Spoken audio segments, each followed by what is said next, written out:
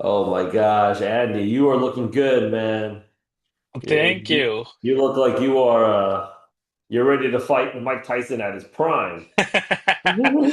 He might be a little fast still, but it took me 3 months.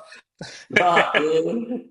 You're looking way better than back in the days, yeah. Yes, back in the day, like 3 months ago. Right. Oh my gosh. Anyways, let's go ahead and get this thing started.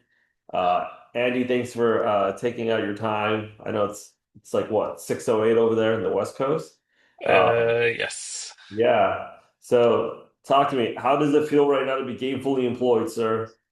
Oh, feels like a shit ton of weight just lifted off my shoulders, back, head, everything. It just feels so Oh, good in terms of just it just frees you. I think that's how it felt. If felt the moment I saw the offer letter, and I was like, yes, finally. oh my gosh, dude. I could feel the optimism from all the way to the East Coast, man. Yeah. Oh I my know God. it's all been, a lot of help from you. So I mean, I've put down a I actually prepared a little presentation so Fired for up. people. So I was just like, but there's a lot of input from you that has enabled this. So definitely. 100%. Yeah, this is actually right now we're on the Zoom platform and we are live streaming right now on three other platforms. Oh wow. Yeah, so no pressure, but no, this is not being sponsored by Peroni right now. But if Peroni wants to sponsor it, holler at your boy. We would love to. Fantastic. I love it, dude. Okay, strategic job search. How I got hired in 100 days. I love it. So yeah, I mean that's the whole journey. So I was just like, let's it's all because of the YouTube. So just a little about me before I joined this. I've been a product manager for 7+ years, building mostly B2B platforms. I Uh-huh. worked at Cisco where I was for about a decade or so. I worked inside Cisco. I worked on WebEx. I worked on a platform called FinBI. I worked on the compliance platform, which was the niche platform for Cisco, which did hardware. All of Cisco's hardware and software compliance. We looked at. I built products that have been used by about 200 million plus subscribers or users. The compliance platform I worked on drove over $165 million in revenue. And now finally I started a job at PG&E last month or about a week ago. So that's where I've been and where I'm going. I see myself as a technical PM so because I can code. I started my career as a software developer, but at the same time, in the last 3 months, with AI, I've learned to build so many things, and that is all thanks to Rich, who encouraged us to build things. And through that period, I built two different apps. One is called the AI CFO, or personal coaching for financial independence, as well as another B2B platform, which is called Cash Flow or Flow Pay, which is essentially a platform for businesses and stuff who need credit line and understand their finances better. So that, and then also s- well, I started a YouTube channel, but I haven't uploaded any videos. But that is the process of going forward. Luckily, I got a job before I even posted a single video. So, but that's where I was headed. So I just had to put it down there. So that's a little about me and how where I've gone. So. To tell people about my journey, it's to be honest, job search started rough. I before I met Rich or joined this program, I was struggling. I was in analysis paralysis. I was getting ghosted by recruiters. I was wondering if I would ever make any breakthrough because I was just sending in applications and they were just going into a black hole. But through this process with working with Rich and people in this community, I decided and I changed my strategy, and which kind of was identifying what was blocking me from getting these. Offers, what was blocking me from getting the interviews, what were my blockers essentially, that, and then building sustainable systems to overcome them. And with everything that has happened over the last 3 months, I've had multiple offers, and I started my job last week at PG&E. So that's what I'm going to talk here in terms of how what were how can you identify your blockers? What was stopping me and probably is stopping other people in that sense. How I built certain systems that, helped me go through that, overcome these blockers, and, throughout that period, how I build certain systems that help me have a sustained mindset that made me go through all these things without crashing or getting exhausted. And maybe that's why I said when Rich says that I'm looking different and energetic. I think that's the reason, because through that period I did not get low or give up in these three last 3 months or so, and that's resulted into wherever I am today.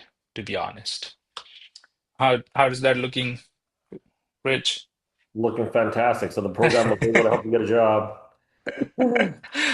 Yeah, and I'll go a little more details into each of these. When it came to blockers, I think every one of us has these kind of blockers, right? But I just kind of classified them into a couple of things. It's called what I call internal blockers and external blockers.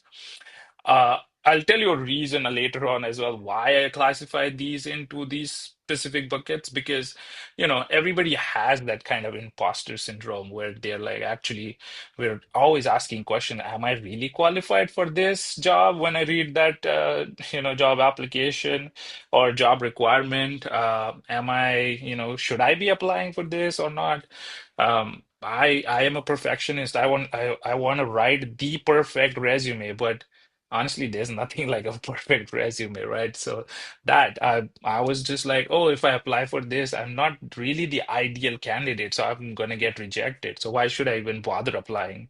Or at the end of the day, or just analysis paralysis, because I'm like overthinking everything, over analyzing the company, finding ways essentially to not apply and essentially put myself out of the job market itself. So that kind of what I'm classifying as internal blockers. And then external blockers are, you sending 1,000 applications. Where are they ending up? Because I'm not hearing back from any of them, or maybe two or three of them are getting back to me. Recruiters show initial interest, but then they're just ghosting you completely. They're like, oh yeah, let me apply, send this resume to you, blah, blah, blah. We have this job opening, and then nothing, just crickets. Am I getting through the ATS filters? Am I, oh, the market is very competitive. There must be other people who are getting calls, but what really it is. So there's we have so many of these blockers that prevent us from thinking and moving forward. The reason why I have classified these into internal and external is essentially for the fact that there are some things we can control and some things we can't. And for me, the internal blockers are most essentially something that you can control uh, by yourself. External blockers are something that are kind of out of your hand, right? You cannot control what the ATS is doing. You cannot control what the competitors are doing. You cannot control what the recruiters are going to do. You cannot control where your application is going. So there are certain things that are outside of your control. So if you want to get over these things, you want to control whatever I can. And that's what I set up to do in terms of, setting up a system that is going to work for me, and I can control things that I can control. So here I kind of put up systems which what I'm classifying, so a lot of these I have learned from Rich or from other people and things like that. But essentially, there are systems that I want to put in. I put it into two buckets. Things that are essentials, right? That you are going to have to do the bare necessities to survive in this job market. And then there are things that you do to go above and beyond, or what, in product management terms, you would call wowing the customer. So that's what I put things into. So, what are your essentials? You want to apply, you want to network, you want to follow up, you want to prepare for your interviews, you are, do mock interview practice, you want to track your job applications, the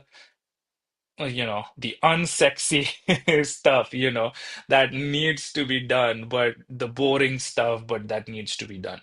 So you have to do that. There is no way around it. But at the same time, this is what everybody else is doing. And it's not going to help you stand out or get a job. What is really going to help you get a job or stand out is going above and beyond by doing things that are going to wow the interviewers, right? Or once you are in front of them. And that's what he is here in terms of getting yourself noticed with a portfolio website. That is a wow factor. Building show some side projects. I built two apps, that I talked about earlier. The YouTube channel where people can just see you. Customizing your star answers, interviews, having case study decks or PRDs that you can just throw at people, that is going to wow you. Them. It is like it's being extra prepared, being overly in front of or ahead of the curve, kind of doing these things. So that's what I've called here above and beyond. So and essentially that is what helped me land these jobs and essentially interviews in the first place. Because every time I had a conversation, people had seen something and they wanted to talk about it, not essentially just have me for an interview that is more of an interrogation. All my interviews, to be honest, were more conversational and where they were like, how you gonna help us, we saw that app you built, or we saw that thing you had done, and that's why we were interested in calling you for the interview, because that's what we're building, and things like that. So just doing these things is gonna set you apart, kind of. But at the end of the day, doing all these things doesn't really guarantee you stuff. A lot of times, what happens is you're still gonna need energy and motivation to do this. So you want to stay disciplined throughout that phase, because it's easy to burn out trying to do these many things in a short period of time, right? You're not looking at it from a perspective of, oh, I got to do 10,000 things, and then you get burnt out. So for that, you equally need to have a mindset. Because what mostly was happening before was I was just waking up, I'm going to LinkedIn, sending applications, going to LinkedIn, sending applications, then panicking by the end of the day because I haven't heard back from anybody, or haven't heard back anything, or got a rejection, and going to sleep, wake up and repeat. So what was happening essentially is like even if I got an interview, I was, exhausted and showing, desperate.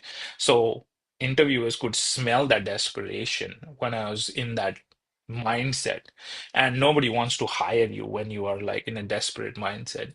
Burnout was real and I was burning out. I did not have energy. I was deadbeat, literally before even when I got interviews. So even if I prepared, I was just nervous. I couldn't speak. I was blabbering things. I wasn't clear, coherent at all because there was so many things going on in my head, and I was nervous that, oh, finally I've got this one chance, and I don't want to blow it up, you know. So that's what it was. And then that's what led to the realization that if I show up burnt out and desperate, I won't get hired. I need to show up energized, confident, and genuinely excited. But how do I do that? And I've had system that was a build system that I'm doing things, but that is also ultimately going to lead to exhaustion in about 2 weeks or so. But how do I sustain this over a period of time? And for that, I literally did what I call time boxing. And I literally got a stopwatch, the easiest thing to do. And I put a 1 hour timer and started doing applications. I put a 30-minute timer after that and did follow-ups for 30 minutes. I put a 1 hour clock and I started reaching out to recruiters. I started networking, and then I took a break. I went, ate till had lunch, went out for a walk, whatever that makes you get away from that mindset, and then again come back, put in 1 hour alarm on the clock and did some interview prep, and then for 1 hour I or 2 hours, whatever, I took a break, and then for another hour I did something that I was going to help me build that above and beyond, right? So it took 1 hour to build maybe a portfolio website or build that app. For that app, what do I want to do? Things like that. So think building towards something. And then come 5 o'clock, I was like, this is my 9 to 5 job. And after 5 o'clock, I'm done. I'm not going to do job search or LinkedIn and keep scrolling at it, over through it, trying to find another job or trying to connect with another person. I'm just going to take a break and do something that's going to refresh me. So, that's I think that's what kept me in this mode where I could sustain this over a period of time rather than stress out and burn out within 2 weeks or so. So, one of the key insights from that, I was like, I gave myself permission to stop.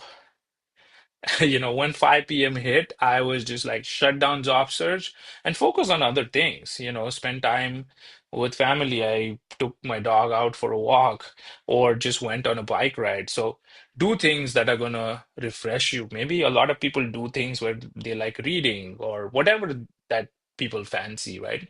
So that's what. But build a routine, I would say, that you can sustain over a period of time, and that's what helps you essentially.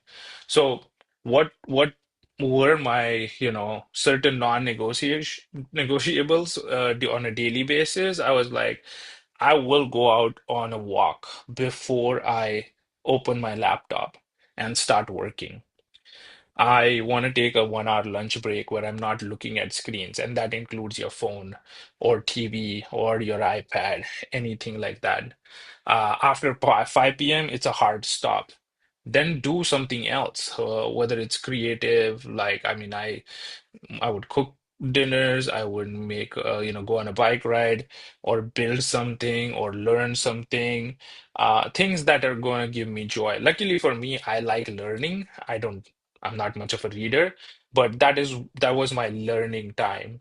And that's when I learned most of the things, whether it was wipe coding, prompt engineering, whatever it is to learn.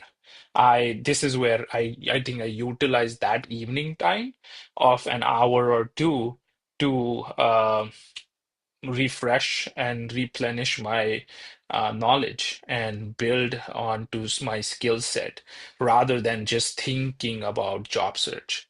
So that's how I use that. On a weekly basis, I had like Sundays were for planning. I took a break, but I still, before Monday came, I wanted to have a plan of action for that week. So I kind of build went through on Saturday planning for that week. What are going to be my targets? Do I have any interviews in this week? What do I want to finish building, or what do I want to do learning? Things like that. Fridays or Saturday mornings, I kind of did reviews of what I did because I tracked everything, right? Uh, so I was looking at like how many applications have I done, how many people have I heard from, what were the positives of that week, or what were the points that I could improve on, what did I not do, what can I do more, or what can I do different, kind of just reviewing yourself, or looking back. One social activity per week. Do that so that you are not getting burnt out. Whether it's a coffee with a friend, dinner with your partner, or whatever, just do that. And one creative outlet that could be building something, writing something, reading something, dancing, music, whatever it is. Just do that thing. So these were some of my non-negotiables throughout the day and week, and which kind of helped me sustain that schedule over a period of time. And that's kind of what resulted into things. And I thought this could be helpful for people to share. And no, and that's it. If you want, feel free to contact me. These are my details on my website, my email, and my LinkedIn.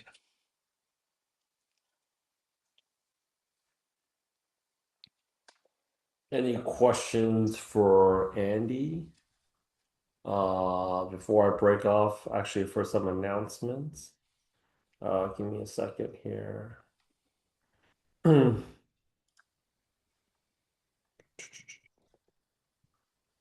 Go, Paul, fire it off. Hey, Rich, thanks. Hey, Andy, thanks for this really good insight.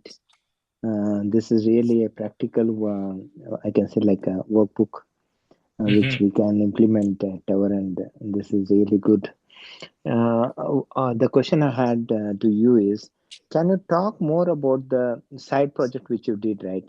So Hmm. is that complete side project which it was an app which you built. I remember you Yeah. telling something app, right? So that app is like completely you have built like a function. What level you have built that app? I would like to know more about that. In the sense when you're putting on your website as a side project. So can you just walk through us what all you did on a high level? That helps us also to understand up to what level we can go in building those side projects. Yeah, see, at the end of the day, my goal was to build things in terms of where I can showcase my skill set, right? It was more of a working project where I can demo things. So it was basically a prototype. Not I Okay, didn't okay, go too into details or too deep where I'm like, oh, this website is like this database is connected here or okay, something. okay. Nothing too technical, right? Because my Mm-hmm. goal is not to monetize that at the end of the day. My goal was to show to potential people in terms of what my capabilities are and how I build them. So my focus was never on the actual app or Mm-hmm. what it is, but the fact that the process that led me to that app. The app was just, as Rich says, you have to show the finished dish before you tell them how you made it, and that was the goal, right? Well, here's what I built, but let me tell you how I built it, right? So that's what the conversations, most of my conversations were during my interviews. When people saw that, people wanted to know how I built it. They weren't curious to know what I built. but how I got to there. And that's what is going to get you the job, right? At the end of the day, because what they want is your knowledge as a product manager, what is your process? How do you work towards building that final product? Zero, So, 0 to 1, yeah, 0 to 1. exactly. So to your 0 to 1, what is that process? So for Okay. me, that is what I my goal was. So for me, I always worked a lot more on the initial uh pitch, whether it was a one pager for stakeholders or an entire PRD, uh, or what are the metrics that I'm going to define in here? How am I going to use that? So for me, that is what I was building as well, even before I vibe coded the app, right? So that is what was important. Well, the also reason was from a perspective where I didn't want to pay for extra credits and tokens on Lovable or whatever. So I wanted to get things done in short in the credits that I had available for free. And to do that as well, I wanted to be very efficient. So if I had all these things already done, beforehand, I am building that app as well, eventually in minimum credits. So I did a lot of that beforehand, the work and the process to go from 0 to 1. Because I mean, most of my work that I've done is from one to n throughout my career. But this kind of shows to people like I have that one to n capability as well. Yeah, got you. Thanks. Yeah. Thanks, Andy. You're welcome. And Gopal, I'm sorry, I did not. I just remembered that I owe you a mock interview. Yeah, definitely. Thanks for that. I know you are busy with your new job, and Yeah, it's very hard to get the time. And yeah, I totally appreciate you. Not no yeah. worries. We will connect again. Okay. Yes, yes, definitely. Any more Uh, questions? we have a question here from, let me go ahead and give him some talk access here. Sid, how's it going over there? Can you guys hear me? Yeah, you're Oh, loud Yes. and clear. perfect. Perfect. Well, firstly, thank you, Rich, and thank you, Andy, for this great presentation. I think you touched upon a lot of mental things which are very important in the journey. This is, I'm trying to get back into this. I'm an alumni of Product Gym. I first applied in 2022, and successfully got it thanks to Product Gym. So thank you guys for that. And I'm returning, but um, just getting into it.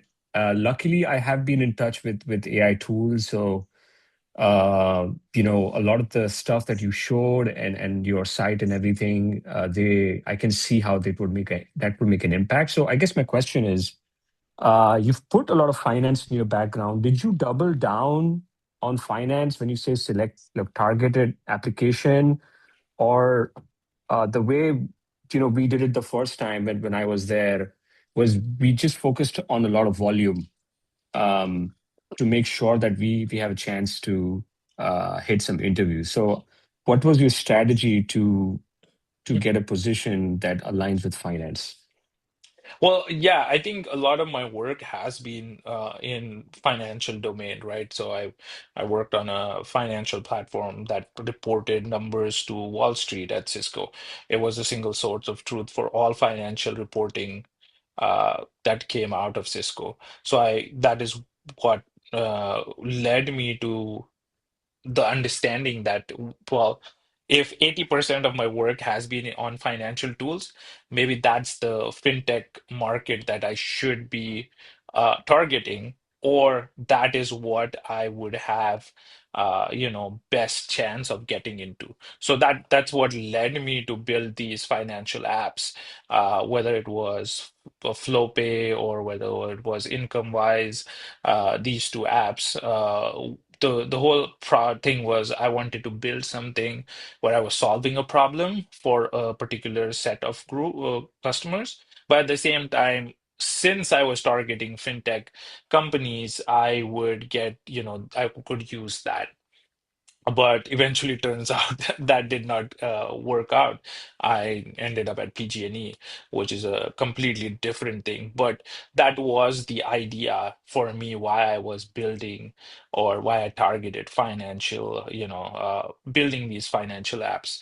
It was because of my targeted audience at the end of the day was fintech companies. Gotcha. Okay. Thank you. Yeah, you're Yeah. welcome. I think like to kind of piggyback on what Sid was just asking about, like you said the first time that you were welcome back to the program, by the way.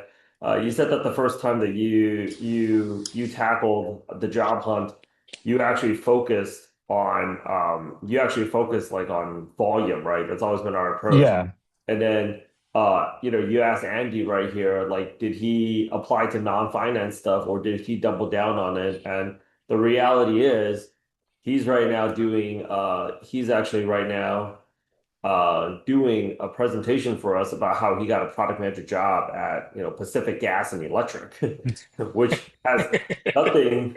And so the way that I always look at it is, when you go to like your friends' weddings and stuff, they always say, "Oh yeah, I'm gonna marry this person," and they always go the opposite route, right? Right, And right, right. right, exactly. Or like when I was like in recruiting, we had a very massive database. So if they said we wanted this person with this age, almost like a matchmaking agency that spoke these foreign languages, our sales force was so tip top. So like I want people to go out there and kind of get out of their head a little bit, is Yeah. that you guys can only fire one bullet, and that's yourself. When I was working in recruiting, I had 40,000 bullets, in our CRM repository, right? So if they're saying like, this is who it is that I want, and we are getting them 40 resumes within 16 minutes of these are the exact people that they want, and those roles aren't even getting filled, then it's very clear that even on the hiring side, they don't know who it is that they want.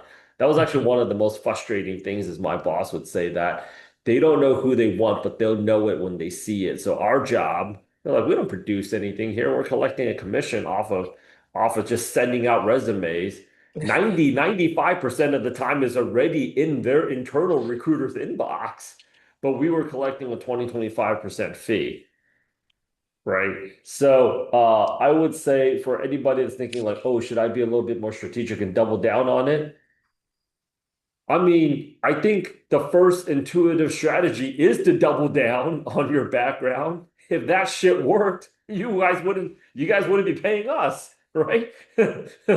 We're talking about that strategy. If we're just talking about product strategy right now, we're talking that strategy wasn't utilized already. It wasn't, you guys already executed on it and it wasn't for lack of effort.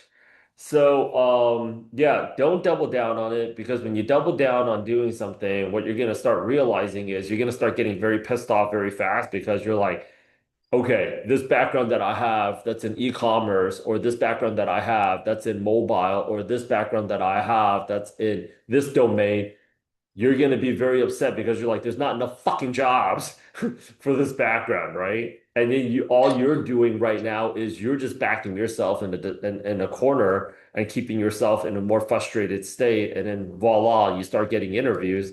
And then you got to be a psychopath and like put a smile on your face and act positive. Yeah, no, that's very, very insightful, and I thought as much, and thanks for kind Yeah, of confirming. The game is the same. It's yeah, yeah. Gotta get this game right now. I used to say it was like 90% mental. In this crazy economy that we are in, it is 100% mental. It is 100% like how you apply, how you interview. There is a direct correlation between you getting the job, the difference between you getting the job and not getting a job based solely on your confidence. and just the energy that you're emitting, that you are exerting in the interview compared to somebody that's showing up desperate, that has way more AI tools in their arsenal and in their toolbox. There's a lot of people out here that are 5 to 10 times more qualified than everybody on this call right now combined, and they're not getting jobs. There's a reason for that. I don't know, Andy, did you want to add something to that before I go ahead and get to the next question? No, I just, I think I would say, yeah, don't be like, oh, I have to apply for this. I literally started applying to each and everything because for me, came to a point where I was like, hey, I don't care if I have an offer letter in hand, then I can choose. So what do I need to get to the offer letter? I need interviews. And for the interviews, I need to send an application. So I literally applied to everything and anything. 100%. Yeah. So I think the big takeaways that I have, if there's no other questions, is that focus on the process and make the situation fun. And I think being more vocal, especially about the community of scheduling mocks, I think Andy's proximity to Cal out there in the Bay Area, I think helped out a little bit. But like, don't I mean, you guys are in this community for a reason. Don't be a secret agent. Like I don't know why some people enroll and they feel like they're gonna go ahead and I feel like they're almost operating like a foreign spy. And like, you're not going to figure out something that we haven't figured out in the last 9 years. If you have, I'll gladly go ahead and purchase that idea from you. But we have a whole dedicated team mapping out every single inch of this. You guys are building a funnel. And the beginning part is actually very difficult. 80% of the rocket taking off is all in the launch, but once it goes, it's going, you know. Um, yeah, give me a second here. We'll go out there call on some people. It's like, you guys gotta play big. Rebecca, how's it going out there? Let's be Hi. all quiet on me. Hi, yes. Uh, Um, I don't know. I think I got the internal things going on over here with the internal blockers because yeah, I missed on the basics on the interview today, but this was a good reminder session. So thank you. I need to get my numbers up. But I mean, like that's the thing about like I say like just participating and coming to like the Monday night and the Wednesday night sessions. I can tell you guys right now, I did not want to be here tonight. There's no disrespect to Andy, but there's only so many times I can answer the question. If it's on a 1 page or a 2 page fucking resume, send no fucking resume, man. I'm not here to stop you. Yeah, but like don't overanalyze it. But I always feel better. It's almost like church or the gym. I can't tell the difference anymore. But I always feel I always feel a little bit better. Honestly, I always feel a little bit better coming out after these calls. And I think hearing what Andy said, like very big takeaways is having a time management system where it's structured. And I think like for a lot of people, it's crazy because my niece is going to NYU right now. Is like I was actually just thinking to myself, like, when we're all back in college, we had like 4, 5, 6 classes, social life, and this was pre-chat GPT. I mean, I was a history major getting ready to study to be a lawyer, right? At Loyola Marymount University. And I was still part of that generation where like half of it was like handwritten notes on a spiral notebook. And then the last 2 years, by the time I was hitting junior year, everybody had a MacBook in class. That was not how things started. And I was like, these days now, like hearing Andy talk about like I actually generally enjoy learning things. These days is like, okay, this week we're just gonna learn Gemini. People, oh, it's like it really wasn't that. I'm taking a look at a lot of people's like graduation dates. It wasn't that long ago when you're pounding out like five, six classes. Some of y'all have done MBA programs. It's, we're way cheaper and a lot less brutal.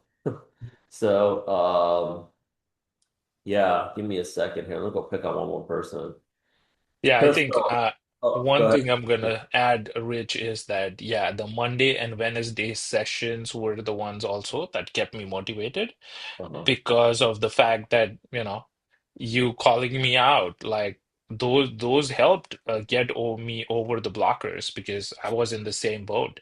So Rebecca, I would say that is what I don't think I missed a single session since I joined. Like I used to show up for every Wednesday, Monday and Wednesday, no matter what. I made a point to show up. So, showing up is going to be half the battle. You can just come, listen, and I think a lot of times I learned a lot from Rich in that sense that man, the guy can talk, and that's what helped me in the interviews.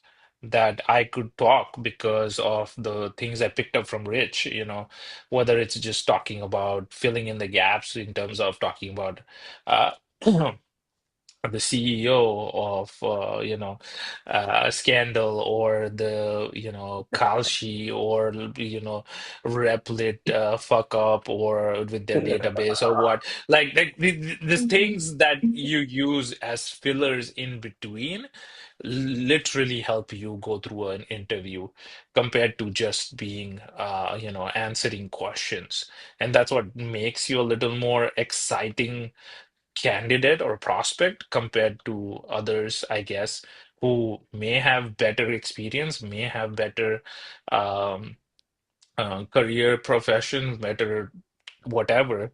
But, all it comes down to how you present yourself at the end of the day. And that is what I learned from Rich, is how to market yourself in the right way. Good point, Tibbs. Yeah. Thank Uh, you got this, Rebecca. You've been through worse. Been through way worse. you.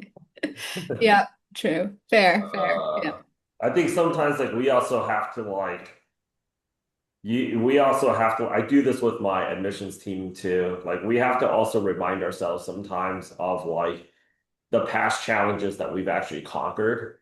And just like if you're looking at this as such an unmovable fortress that you're really just like if you're going in like in sports psychology, if you're thinking something's impossible already, you already 50% got your ass kicked. Like you have to at least see that it's like that's why we're constantly putting up like testimonials and like bringing back people that's like talking about fresh from the job hunt, right? You have to look at it as like so like your problem is just really not that big because you got to believe like it's possible.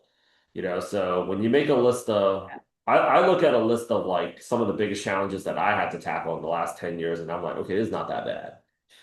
That's Fair. fine. Been some pretty big hurdles recently. I'm Yes. like, it's like, I gotta humble it up. Like, yo, you're in this overpriced luxury apartment in New York. Sauna, pole, and a chair. And you're like top refrigerator full of groceries, and you're like you're acting like a you know what right now. So you need to step your game up. Yeah. So, yeah, actually, I want to get to Crystal before we wrap it up. But Crystal, anything to add? Any thoughts from you all the way in beautiful Los Angeles? Hey, Yeah. not really. I'm just starting on Pearl Jam, so happy to like discover and then yeah, happy to be there. There we go, chumps. Yeah. There we go. Anyways, I want to make a quick announcement. Usually I do this at the very beginning, but since now everybody is here, the growth product management curriculum is about to be up. I'm going to drop this thing. So for those of you guys that don't know what growth product management is, you guys are about to find out. But it is fast becoming one of the hottest roles out there and one of the highest paying roles that are out there in the marketplace. And I'm going through a wild amount of curriculum. And then the following week we'll be dropping, especially for some of the senior champs that are coming back, the VC product management curriculum is actually going to be coming out. Probably the best product manager job everybody is going to be able to make a transition to in the next 2 years of their career is going to be in VC product management. As you guys can somewhat see, VCs have gotten quite rich in the last 5 years. They're freaking nation states, right? So, for the people that's working right now, and you're kind of tired of, I know we have some of the veterans here on the call right now, where it's like they've gone through this full cycle of like, they've gone through this full cycle of like, transitioning into getting the first product manager job. And then like they're thinking like, is my next move moving up or moving out? And is moving out like what does that moving out actually take a look at? I'm gonna say this. For those of you that's ever watched Game of Thrones, VCs is the equivalent of the Iron Bank. No matter who takes Westeros, they're gonna get paid. They don't lose. The only entity that's got a better track record than a VC is Nancy Pelosi. All right. She has 150% win rate. One of life's great mysteries. They don't know how she's trumping out all these Harvard MBA grads. She is just crushing it in her portfolio. But we've made a list of companies, and so VC product management is basically you are going to be a product manager at a VC where they actually have internal product managers assess product teams. What are their roadmaps looking like? What are their teams looking like? What's the viability of them getting their return on investments? And those roles are actually very high paying because they're like $500,000 up. And the other thing here is those roles are very safe because like until AI makes currency redundant, all of these startups need money and the money never loses. So, but this transition, I also want to say something before we go ahead and close off tonight. And thank you so much, Andy, for spending your time with us as well. Is um, that transition takes about 8 months to 15 months to go ahead and make a transition. There's only so many VCs and crazy rich Asian family offices that exist. So there's a lot more networking involved, but it starts with really building your brand and your network right now, especially now that you don't need it. And when those positions open up, to position yourself to having the right portfolio, the right connections to really put yourselves in that. Because I don't want anybody to like the job hunt, like it sucks, right? We try to make it suck less, but it still sucks. So we want you guys to be in a position where the best roles come to you. And a big part of that is when you're at a VC, you see where all the money is going, even before the news is being published. So like you see, like they're like, okay, this AI thing's a bubble. We got to switch to, you guys are the first to know. Even when all of us think, oh yeah, NVIDIA is going to be safe as an investment, right? So, tons of cool stuff coming on. Please stay active on the WAP chat. Thank you, Andy, so much. We'll be talking to all y'all very soon. I want to get all the veterans. I really want to get you guys into the VC product manager role because that's actually the best place to be. In the Iron Bank or one of the Iron Banks. All right. Thank y'all. Thank you, Andy. Appreciate it. Thanks. Thanks, Uh-huh. Rich. Good Good night, luck to everybody. Thank you, everyone. guys. Uh-huh. Yeah, Thank good you. night Thank you. all. Thank you. Bye. Bye. Thank you. Bye.